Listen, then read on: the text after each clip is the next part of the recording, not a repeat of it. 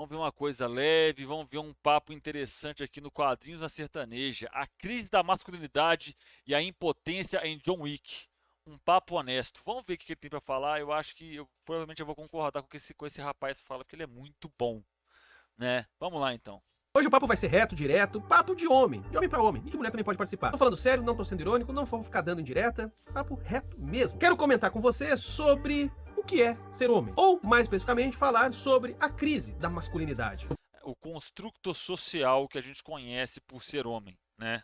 Por que tantos homens cada vez mais se sentem alienados do fato de serem homens e do quanto que vão surgindo cada vez mais determinados grupos que procuram resgatar valores masculinistas e tal. Todo esse papo tem gente que procura resumir Red Pill, né? Ele tá falando dos Red Pill. e dizer, cara, isso é só machismo. E a resposta é sim e não, é um pouco mais complicada. O que eu sempre costumo dizer é que se as soluções são ruins, pelo menos a gente tem que prestar atenção nos problemas. O que leva pessoas a buscarem soluções ruins tem a ver com problemas que são bastante reais, pelo menos pra muita gente. Então eu tô aqui de verdade bastante disposto a ter uma conversa franca, honesta e colocar na mesa todas as questões aqui que eu penso e que eu acho que são fundamentais pra gente pensar o que é ser homem. E eu quero fazer isso a partir de uma franquia que eu acho que todo homem costuma gostar, que é John Wick. Porque é verdade, o que eu gosto de John Wick é que as cenas de ação são bem executadas, são bem filmadas, a coreografia é boa. Só isso que eu gosto na franquia. Porque o filme não tem nada demais, tá ligado? A história é muito estapafúrdia. É um cara que mata todo mundo porque mataram o cachorro dele, tá ligado? É isso que é John Wick.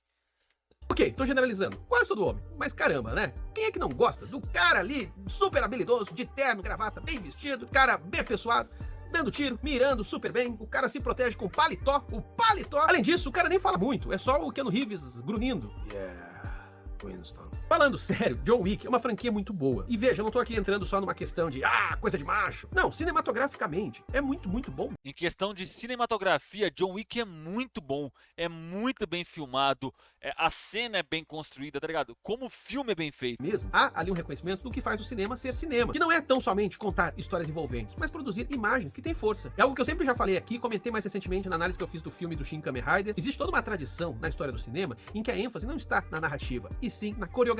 Isso aparece em filmes picantes, filmes eróticos, mas isso também é muito caro ao filme de ação. Não é por acaso que John Wick 2 começa com uma imagem projetada de um filme de Buster Keaton. Caso você não saiba, Buster Keaton foi um comediante contemporâneo ao Charles Chaplin, mas que tinha por particularidade ter aquela expressão tanto impassível, ele não sorria e estava sempre envolvido em situações muito perigosas. Isso também aparece no cinema do Chaplin, mas Buster Keaton em comparação, meu Deus do céu. E essa cena de abertura com o Buster Keaton projetado, a câmera desce e a gente vê um dublê caindo, tudo isso já indica exatamente a que tradição John Wick se filia. E isso me parece que foi algo que a própria produção do filme foi se dando conta aos poucos. Porque enquanto que o primeiro John Wick ainda é um filme de ação meio genérico, ainda que chame a atenção pelas suas coreografias, é a partir do 2 que eles entendem que a coreografia é o grande astro do filme. E isso vai tomando uma dimensão de modo que Vale lembrar que o Chad Stahelski, ele é coreógrafo, né? O o diretor do clímax do filme. quarto filme é uma coisa absurda. Os caras conseguiram de fato produzir beleza plástica em cena de tiroteio. E repito, o que menos interessa é a história, porque é basicamente o John Wick trocando tiro. Porém, a força das imagens Cara, isso é verdade. A história do John Wick é muito estapafúrdia, ela não tem bem pé nem cabeça, tá ligado? em movimento, a magia do cinema, ela tá ali. Porém, tem outra coisa que também vai sendo construída aos poucos ao longo da franquia John Wick e se torna explícita a partir do quarto filme. Do que eu tô falando?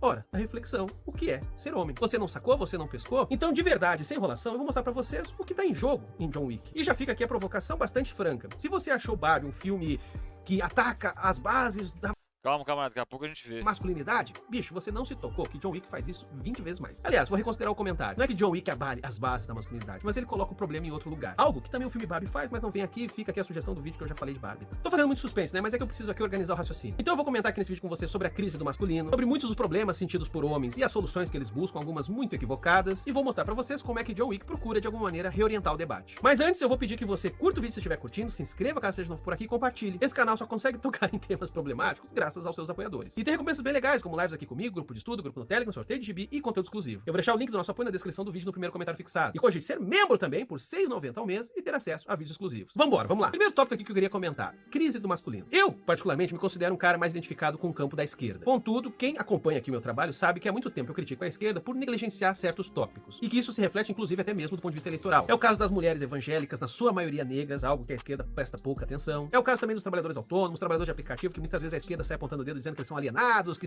Tá correta a crítica, tá bem correta, pra falar a verdade. se acham apenas CEO de MEI, piriri pororó, sendo que se você prestar atenção a esses casos, você vai ver que ali existe também demandas trabalhistas, existe também uma busca por segurança. Eu cheguei a começar a orientar Sei lá, cara, eu não vejo a esquerda, grupos de esquerda alienados contra isso. Eu vejo muito. É porque aquela questão que a forma com a qual esses trabalhadores se organizam é diferente, a forma com a qual essa luta é organizada é diferente, é algo muito novo, a gente está muito cru para lidar com esse problema de como organizar os trabalhadores de aplicativo, como a gente vai lidar com essa questão, entendeu? É algo muito cru que ainda precisa, a gente precisa de embasamento, a gente precisa de experiência, mas acima de tudo a gente precisa escutar esse trabalhador mais, sentar com esse trabalhador, escutar ele e buscar entender a dor dele, buscar entender aonde incomoda para ele.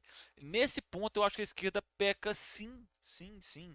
Organizar todo tipo de organização. É lógico, quando você pega as organizações de viés comunista, eles tentam compensar isso, eles tentam trazer o trabalhador de aplicativo para dentro do debate, para um protagonismo, procura dar espaço, procura trazer ele para dentro do partido, da formação política pedagógica, tá ligado? Mas ainda assim não é o suficiente, a gente tem que dar o protagonismo que essa galera merece, tá ligado? Eu acho que para mim esse é o ponto.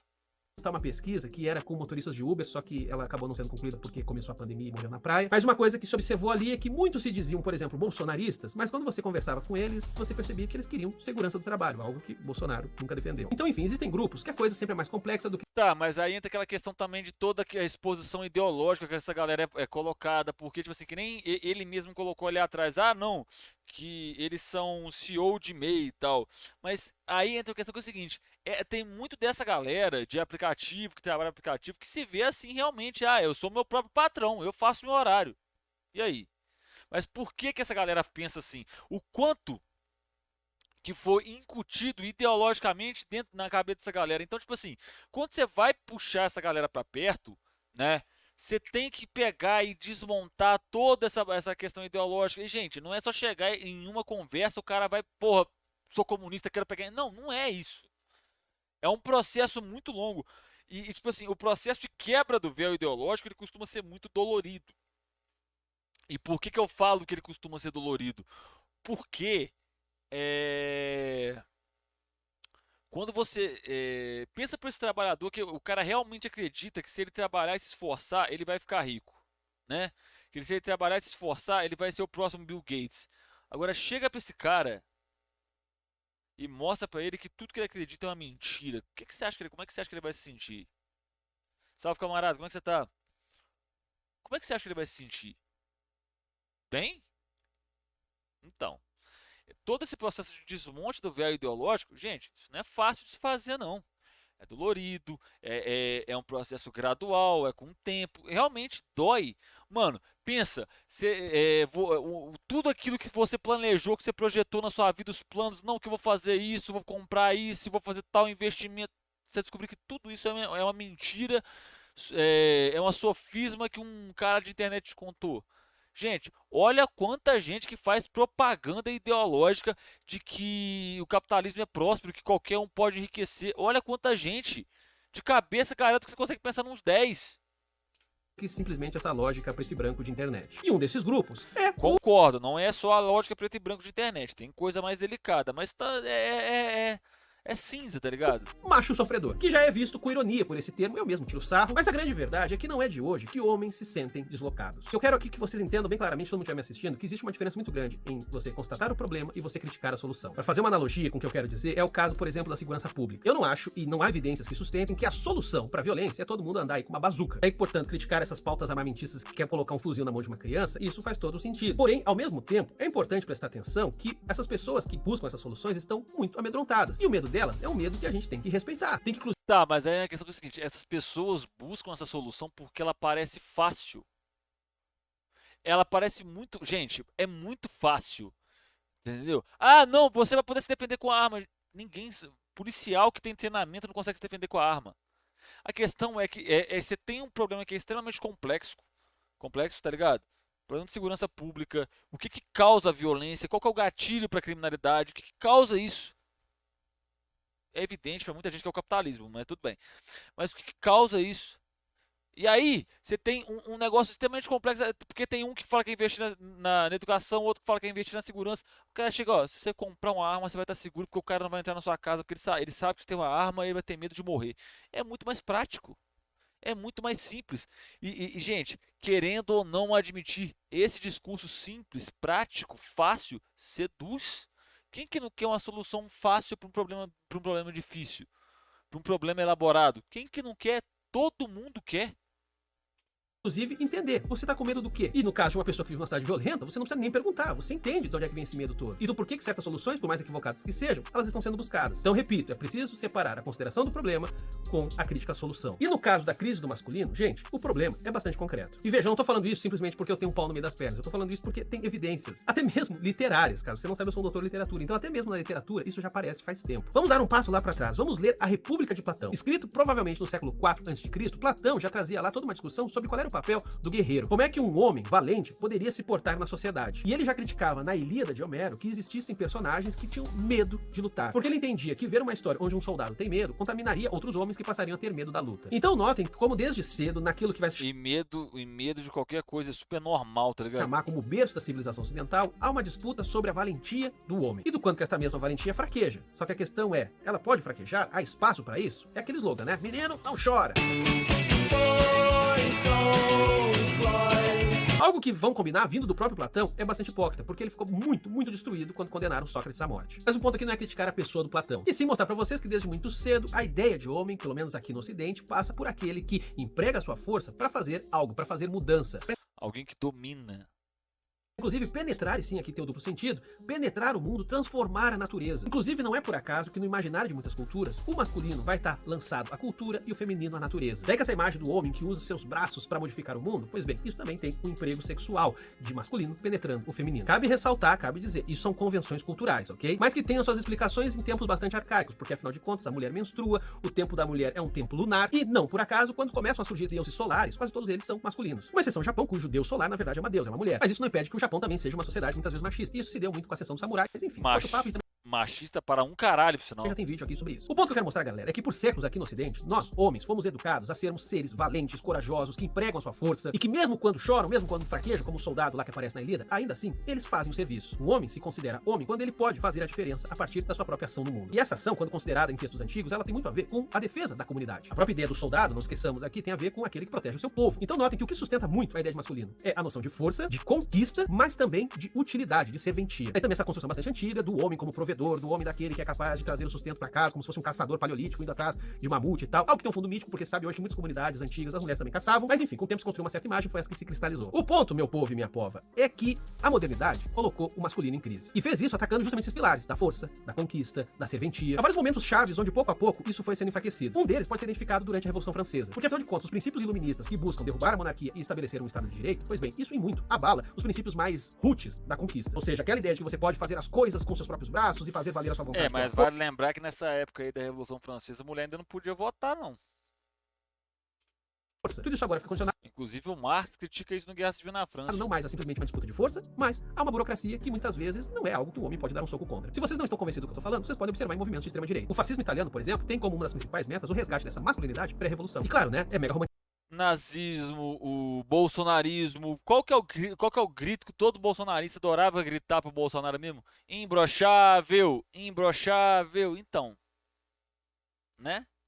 Porque pré-revolução, o único macho que fazia valer sua vontade basicamente era o rei. Porém, uma visão idealizada de um mundo onde ainda não tem tantas leis para intermediar as relações faz parecer com que, bom, basta eu ser forte que eu consigo garantir a segurança da minha família e evitar que os outros me enchem o saco. Repito, isso é de uma romantização gigantesca do que era, por exemplo, a Idade Média. Era mais provável você, homem, ser um servo na Idade Média do que alguém que fazia. Exatamente.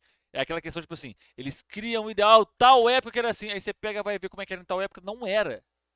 Eles criam um ideal em cima de uma coisa que não existe. Não existe. Esse ideal do masculino, não, gente, isso não existe. Se valer a sua vontade no braço. Outro fator que corrobora o quanto que tudo isso é muito idealizado é que, pô, muito do direito que a gente utiliza até hoje vem do direito romano. Então aquele império romano que os fascistas queriam resgatar, um império de domínio e conquista, pois bem, ele também já tinha um lado extremamente burocrático. Então se vocês forem analisar bastante friamente, o que os fascistas fazem, no fundo, é um grande cosplay de macho. Eles buscam imagens romantizadas, idealizadas, que nem condizem com a realidade do que era ser homem, e depois usam isso pra produzir apenas pura performance. Como os cosplay de soldado romano. Mas, gente, figuras fascistas são extremamente performáticas. Extremamente performáticas. Gente, se vocês pegarem e forem analisar os discursos do Hitler, depois da queda do nazismo e tudo mais, teve muita gente que pega os discursos do Hitler e analisa para ver como eles são construídos.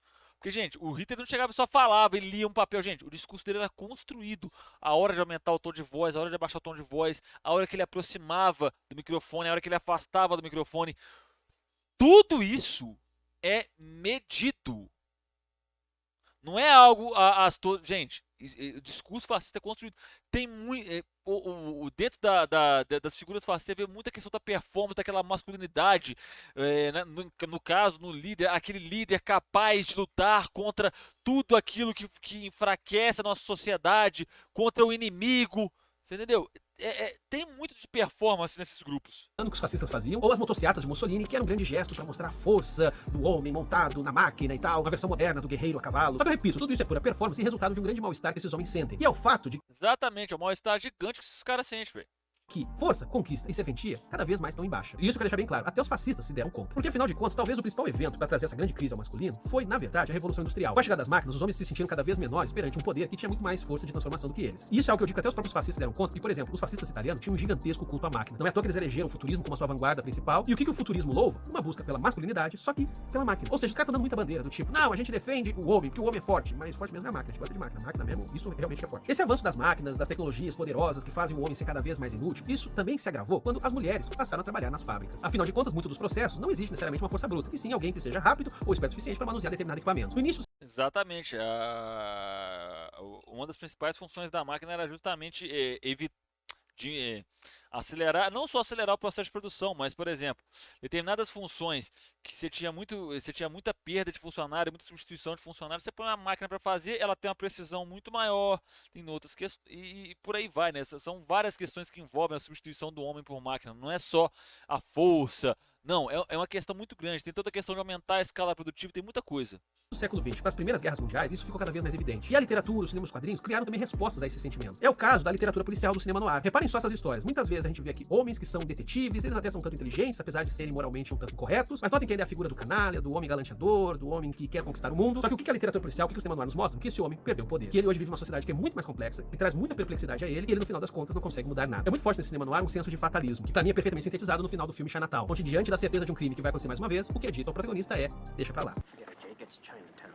Outro sinônimo de perplexidade que aparece nesse cinema, nessa literatura, nesses quadrinhos, é a figura da femme fatale, da mulher fatal. Notem quem é exatamente a mulher fatal. Ela é uma mulher que fuma como um homem, que veste calças como um homem e que pode ser ambígua como um homem. Por isso que muitas vezes a mulher fatal é aquela que o mocinho nunca sabe se pode contar com ela. Não se trata Exatamente, é aquele processo, tipo assim, pra mulher ser vista como uma participante do jogo social, ela tem que ser masculinizada.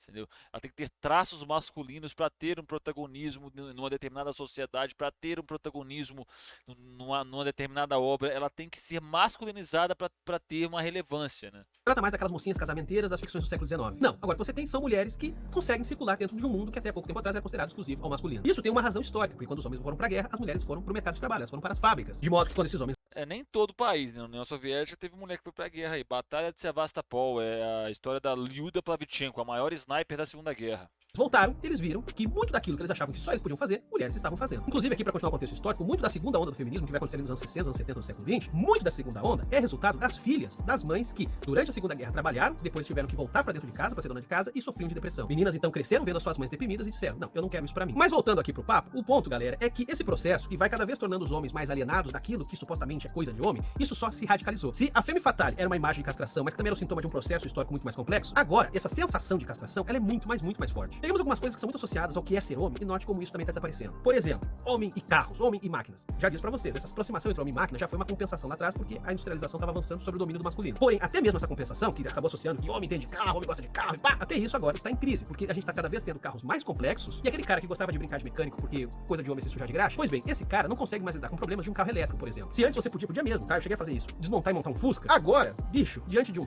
Não, mas, cara, aí que tá a questão, essa questão de montar e desmontar um carro. Gente, você desmonta um carro, depois você devolve as peças pro mesmo lugar. Se sobrar a peça, você fez errado. É simples, não tem dificuldade nisso não é difícil mesmo não. Tesla, você não consegue fazer quase nada. E poucos mecânicos vão ser qualificados para fazer isso. Uma função que cabe dizer, pouco importa. E o Tesla nem é o melhor carro elétrico, tem aqueles carros japonês, chinês lá, é muito melhor. Você tem um pau, uma buceta. Outra coisa também muito associada ao masculino é o uso da força bruta como solução dos problemas. Exatamente, isso é muito comum. Isso, como eu mostrei pra vocês, ao longo do tempo, cada vez mais. Cara, e olha que interessante, isso é visto até na indústria dos videogames. E aqui eu vou dar só um exemplo. Você pega alguns anos atrás, era muito incomum você ver mulheres que jogavam Counter-Strike.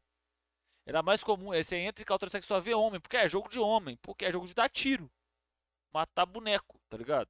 Mas foi tirado do homem. Peguemos o caso do campo, que até pouco tempo atrás você precisava de um cara forte pra plantar, pra colher, um homem resistente, papapá. Bicho, isso agora em muito é máquina. E a tendência é que cada vez seja mais. Daí que meio que ainda sobra como grande reduto da masculinidade a guerra. A guerra, em muito, é masculina, ainda que existam mulheres nas forças armadas ou lutando em guerra civil, sei lá. O filme da Barbie, inclusive, faz esse tipo de piada. Quando os homens tomam poder, eles fazem guerra. Mas até em relação a isso, os homens cada vez menos têm poder. Pegamos o Cara, eu acho interessante porque esse filme da Barbie, ele é uma crítica super rasa, tá ligado? Ele nem vai tão fundo assim no teor da crítica. A galera apanhou um ar que esse filme que não dá pra entender, caso da guerra que velho. tá acontecendo ali na Ucrânia. Se fosse realmente uma estratégia de terra arrasada, ou seja, se um lado quiser simplesmente dizimar o outro, bicho, não precisa de soldado nenhum, basta um drone e uma ogiva. Inclusive, isso é um paradigma que mudou bastante, principalmente a partir ali da Guerra do Golfo nos anos 90, quando muito da guerra passou a ser feita não mais pela incursão de soldados, mas sim por detonações feitas por aviões não tripulados, de modo que homens estão muito mais por trás de uma telinha do que necessariamente dando tiro. E, repito, uma função que qualquer mulher pode exercer. Eu poderia ficar aqui fazendo 500 exemplos, eu vou falar mais um, já que a minha formação é em cinema. Quando eu comecei a trabalhar com cinema, a gente só via cinegrafista homem, porque as câmeras eram mais pesadas, então geralmente eram os caras grandão. Até tinha uma mulher ou outra, mas eram mulheres também muito grandes pra poder fazer isso. Hoje, galera, hoje as câmeras são leves. Então, hoje cada vez é muito mais frequente a gente ver mulheres como diretoras de fotografia, mulheres como cinegrafistas, enfim, esse terreno também acabou deixando de ser uma exclusividade Porque mulher tem uma sensibilidade muito maior para lidar com certas coisas, né?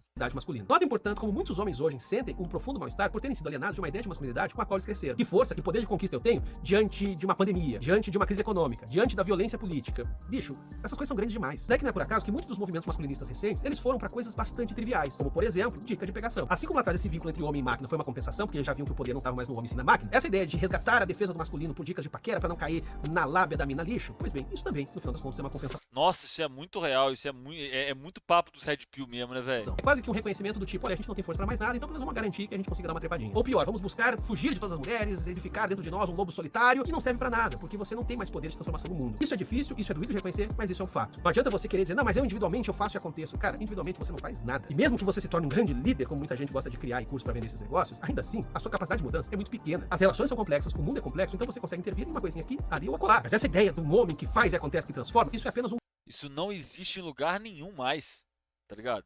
Essa ideia do homem complexo, que não sei o que, isso não existe em lugar nenhum mais. Nenhum. Acabou essa ideia. sonho, uma fantasia, que muita gente explora pra vender cursinho pra você. Tá aí o John Wick aqui nesse papo, cadê ele? Não por acaso eu falei de noir. John Wick é considerado um neo-noir. Mas o que mais interessa aqui no nosso papo sobre o John Wick é como essa questão da masculinidade aparece. Primeiro vamos olhar pro personagem. O John Wick é um assassino aposentado. Quer viver bem com a esposa, enfim. A esposa morreu por doença, ele ficou com o cachorrinho, ele tava feliz assim, mas foram lá e mataram o cachorrinho do John Wick, e daí começou uma cruzada que já durou 4 filmes. Algo que vai sendo construído pouco a pouco ao longo da franquia é o quanto que o senso de impotência incomoda os homens. Em grande parte, John Wick é um filme que seduz a macharada, porque ele mostra um cara que conseguiu reconquistar o seu direito de fazer valer a sua vontade. Ele é habilidoso, ele é certeiro, ele dá tiro em quem atrapalha ele é o machão, ele é o alfa e tal. Só que a franquia é mais sagaz do que isso. Aos poucos eles vão mostrando que até mesmo o John Wick tem limites. Pior do que isso, o que a franquia vai nos mostrando, isso é evidente no quarto filme, é que o John Wick, com todo o seu poder, não consegue mudar nada. A força, a valentia, a conquista, mudam nada. No fundo, por mais que o John Wick possa matar mais e mais gente, ele é um cara completamente impotente. E isso fica claro a partir do quarto filme, quando dizem pra ele, olha, a cúpula, que é quem manda nos assassinos no mundo todo, cara, você não consegue vencer ela. Nem mesmo você consegue vencer ela. Você pode matar 20, 30, 100, 200 pessoas que vão continuar vindo assassinos e você não vai ter paz. Você vai perder o cansaço. E aí você já começa a sacar. Nossa, isso é muito visível. Eu não tinha parado de pensar por esse ponto, porque isso é muito visível no quarto. Isso fica latente no quarto filme. Mas eu nunca tinha parado pra olhar por essa ótica. Não importa o quão habilidoso ele seja, ele não consegue concretizar o objetivo dele, que é se libertar da grande cúpula, ser um homem livre. Ele não consegue executar isso, tá ligado? E é uma parada que eu nunca tinha parado pra pensar. E realmente, esse ciclo se fecha no quarto filme, tá ligado? O que tá sendo dito ali? Mas vamos lá, vamos avançar no filme pra eu conseguir amarrar melhor o que eu quero dizer pra você. Um personagem decisivo no quarto filme é o cego Kane. Ele é um cara que tem uma dívida com a cúpula e ele é chantageado pra matar o John Wick, senão vão matar a filha dele. O vilão da história é o Marquês, uma figura tipicamente snob, ligeiramente afetada. Então notem que aqui ainda tem um pouco daquele imaginário arcaico de que macho é macho. Ele é um cara de poucas palavras. E que o perigo da masculinidade é uma coisa um tanto afetada, cheia de frescura. Porém, ainda assim, tem uma outra questão sendo colocada aqui, que é o quanto homens são colocados pra competir entre si, alienados do seu próprio poder, da sua própria vontade. Notem como nesse quarto filme, John Wick e Kane são caras que estão indo um contra o outro sem terem poder de inclusive escolher contra quem eles vão lutar. Afinal, eles foram amigos e foi essa elite dos assassinos, que nem rosto direito tem, que fez um. Exatamente, tanto é que esse cara é quem treina o John Wick na história. Lembram dos princípios de força, de conquista e de serventia? Serventia, como vocês podem ver, eu mostrei aqui ao longo de todo o processo histórico, cada vez mais os homens servem menos. E no caso dessas fantasias de força e conquista que filmes de John Wick procuram retratar, no próprio filme do John Wick a gente percebe, até isso tá em falta. Daí que não por acaso, o clímax do quarto filme está em esses homens reconhecerem o quanto que eles estão sendo usados e de desativar em si uma competição que só serve pra tratar eles como galo numa rinha. Isso aparece quando Kane chama John Wick de amigo, que o gesto que os dois combinam ali impede que a filha do Kane seja morta e também que o John Wick morra. Quer dizer, mais ou menos, mas também não interessa, até queria entender. Outro personagem fundamental também no quarto filme é o Senhor Ninguém, que é um rastreador. Ele basicamente é um cara que vai atrás de outros caras simplesmente por grana. Ele estabelece competição com outros homens a troco de dinheiro. Mas notem como aparece mais de uma vez em John Wick 4 o discurso de que é preciso algo mais além de dinheiro. Que a relação entre homens, que a relação entre amigos está para além do dinheiro. E essa ficha cai ao personagem no final, é uma espécie de ficha que cai pra nós também, quando a gente percebe que a luta não está em ser o mais forte, o maior conquistador, e sim de entender que você está sendo alienado das suas forças. Então notem como que John Wick é um filme, como eu disse ali no começo, muito mais transgressivo que, sei lá, um filme da Barbie. Porque uma coisa que fica muito evidente ali, principalmente a partir do quarto filme, é que a alienação do homem não está na mulher. Muitos dos movimentos masculinistas hoje costumam jogar pra mulher todas as culpas do mundo. Ah, mas tem mulher que explora homem, tem mulher que é canalha. Bicho, homem também. Gente escrota independe do fato de ter pau, buceta ou sei lá. Exatamente, gente escrota existe em qualquer lugar. Em qualquer. Assiste John Wick, velho. John Wick vale muito a pena. Ele, como filme de ação, ele é muito bom, tá ligado? Ele não é um filme que você vai ter uma história rebuscada. Ele é um filme de ação. São cenas de ação bem executadas. Não tem nada demais no filme, tá ligado? Você quer uma história rebuscada, você vai ver Mãe, do Aronofsky, você vai ver Inception, do Christopher Nolan, você vai ver Interestelar, do Christopher Nolan, você vai ver aí Requiem para um Sonho, do Aronofsky, Cisne Negro, do Aronofsky. Pô, você quer ver uma história densa, você vai ver uma parada dessa. Agora você quer ver só uma cena de ação, comer uma pipoca e se divertir com a cena de ação bem feita, é ver John Wick, pô. E isso é muito evidente no cinema de John Wick. Nada dos problemas dos homens ali tem a ver com as mulheres. Inclusive, mulheres podem ser assassinas, leais ou desleais, mulheres podem ser qualquer coisa, como qualquer homem também. Porém, todos, sejam eles homens ou mulheres, estão alienados do seu poder. Algo que por questões Tanto é que a primeira. Ele não vai comentar. A primeira pessoa que tenta matar o John Wick é uma mulher. históricas dói muito nos homens pelas imagens que eles construíram de si mesmos. Por isso, então, que John Wick é um filme fundamental. Porque a grande pensata do filme é o reconhecimento de que o senso de impotência dos homens não está nas mulheres, não está nas máquinas, está num processo de desigualdade e exploração que faz com que nós não possamos fazer muita coisa. E que uma cúpula, uma eterna cúpula sem rosto, acabe sendo aquela que se beneficia da nossa exploração. Daí a necessidade de voltar a ver no outro, não um competidor, mas sim um camarada, um amigo. E reconhecer essa camada. Olha só! A gente voltar a ver o outro como a gente naturalmente vê, porque o ser humano só conseguiu progredir ao longo do tempo porque ele conviveu em sociedade. A sociabilidade está na natureza do ser humano. O ser humano é um ser naturalmente social, né? Camaradagem Não e sei se afinidade expressei também nas mulheres, reconhecer isso nos outros, sejam eles homens, mulheres, pessoas não binárias, sei lá, tudo isso ao mesmo tempo que entende que existe alguém, existe uma força tirando esse poder de nós. E por mais que a gente lute por pequenas conquistas pessoais, como por exemplo poder rever a filha, poder ser deixado em paz, ainda assim isso é uma meia vitória, porque você foi completamente humilhado, destruído nesse processo. Em resumo, John Wick mostra muito bem que o mal-estar masculino tem um nome. E ele não está nas mulheres, ele também não está nos outros homens com os quais a gente supostamente precisa competir, ele está naqueles que empregam nossas forças e fazem a gente competir na marra. Gente que nos usa como uma peça de um jogo para poder ganhar alguma coisa com isso. Eu preciso dizer para vocês que o nome disso é capitalismo. Como vocês bem sabem, opressão existe desde sempre da história da humanidade. E cada regime tem sua face opressiva, ainda que a gente busque um regime onde todas as opressões acabem. E como o paradigma atual é o capitalismo, é inevitável que o John Wick mostre que muito desse mal-estar moderno tem a ver com as próprias condições do capitalismo. Não é por acaso, pessoal, que a gente vê ao longo do filme todo a vida desses homens sempre sendo colocadas dentro de uma operação financeira. É o preço da cabeça deles subindo, da recompensa, do quanto que vale a pena você matar ou fazer tal e tal coisa. São homens colocados contra si, reduzidos a números, para que produzam o lucro de alguém. Porque não se engane, se o assassino ganha uma recompensa, a cúpula, para poder existir, com certeza ganha mais. Daí que não é por acaso, inclusive, o fato de os 4 filmes terem muita obra de arte. Aquilo ali, se não sei se vocês deram conta, é lavagem de dinheiro. É muita grana circulando pelo assassinato, pela exploração dos homens. Por isso então que John Wick também é um filme neo-noir, porque ele termina considerando essa fatalidade. Ainda que exista uma vontade de ir contra isso, há o reconhecimento de que isso é o que faz com que a gente se sinta mal como se sente. Contudo, nessa mesma fatalidade, há um reconhecimento. Existe algo que a gente precisa mudar. Existe uma cúpula que a gente tem que tirar do poder. Precisamos reconquistar a nossa força, só que a nossa força não é uma força antagônica às mulheres. A nossa força, inclusive, é em conjunto com as mulheres. Precisamos então reconquistar a nossa força de poder transformar o mundo. Esse mal-estar, esse é o profundo, radical mal-estar que tem em todo homem. E quem quer reduzir simplesmente isso a Mal-estar da civilização, Sigmund Freud. uma competição em mulher é porque tá querendo te vender cursinho de paquera. Ou mesmo te cantar com ladainha política de ideologias romantizadas. Caia na real. Exatamente. Tome a pílula. E pra dar uma sugestão bem prática, se você é homem e quer empregar a sua força e servir a comunidade como um homem à moda antiga, eu sei de um monte de gente aí que tá morando na rua e que se você ajudar a construir uma casa pra elas, eu tenho certeza que elas vão ficar bem melhor. Eu tenho certeza que ao final disso você vai se sentir muito mais macho do que simplesmente ficar buscando dicas à la revista Capricho. Eu acho que encerrou Exatamente, velho. esse papo, embora se ficou dúvidas aqui, se ficaram pontas soltas, comentem. Quem sabe a partir de algumas coisas que talvez eu não tenha deixado claro, ou outras questões que não foram desenvolvidas, quem sabe dá pra fazer um segundo vídeo. Não sei, espero um John Wick 5 pra falar disso tudo. Vamos ver. No mais, peço que você siga a gente nas nossas outras Pô, esse cara é muito bom de texto, velho. Esse maluco do quadrinho sertanejo, esse cara é muito bom de texto, velho. Ele é muito bom de texto. Porque, tipo assim, ele conseguiu emendar muito bem o filme John Wick com toda essa discussão e como o filme mostra isso de forma muito sutil ao longo dele, tá ligado? Porque essa visão que ele trouxe, eu nunca tinha parado pra pensar sobre isso, né? Sobre como o John Wick aborda isso, né?